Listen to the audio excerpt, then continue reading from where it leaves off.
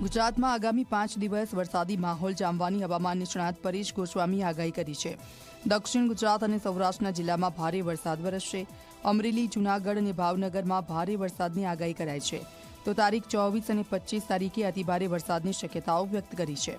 સમગ્ર ગુજરાતમાં 2 દિવસ અતિભારે વરસાદ થશે। લાંબા સમયના વિરામ પછી હવે ગુજરાતભરમાં ફરીથી વરસાદી માહોલ જામવાનું શરૂ થઈ ગયું છે।